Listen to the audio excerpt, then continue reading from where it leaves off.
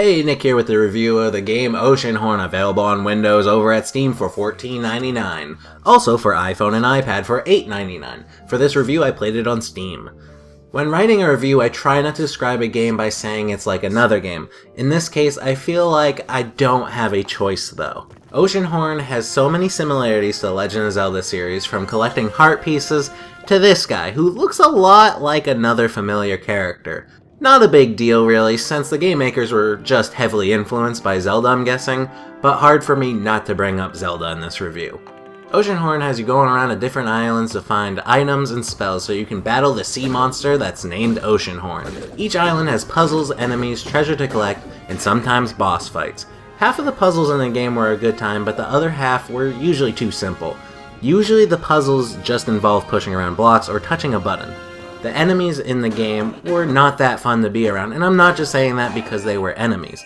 Most of the enemies were just not fun to destroy. Most of them just required you to put up your shield, wait for them to attack, and then hit them with your sword. The bosses in the game were pretty fun as it required more skill and planning to conquer. Maybe the enemies weren't boring. Maybe it was the controls. They were a bit sluggish. I always felt like my character should be moving a little faster. There's even a dash button, but it doesn't do much, plus my stamina bar would run out quickly. I feel like Oceanhorn would be a lot better if the timing was fixed. Things are either too slow or too fast. Waiting around for fire or spikes to stop always felt like it took longer than needed. Then when they do stop, it felt like I barely had enough time to get past it. The enemies walked around pretty slow and took a couple of hits to kill usually. Then the longest waiting part is the sailing portion of this game.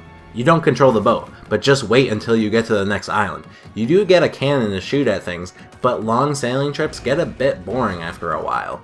There were things I did enjoy with Oceanhorn. I enjoyed the music, and even the look of the game at points were stunning. I enjoyed going around finding new items to equip and use. The game does a good job of giving you things to do as well. Each island has a set of side goals for experience points that you can complete. Then there's the leveling up system that gets you upgrades like holding more arrows. Then the final mention is that the game is beefy.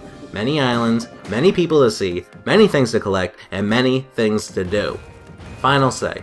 This is a tough one because while the game is great looking and did prove to be fun at parts, there's just too many negatives for me to say it's a great game. I still don't think you should scrap it from your brains, but looking for a sale is the best path I could put you on.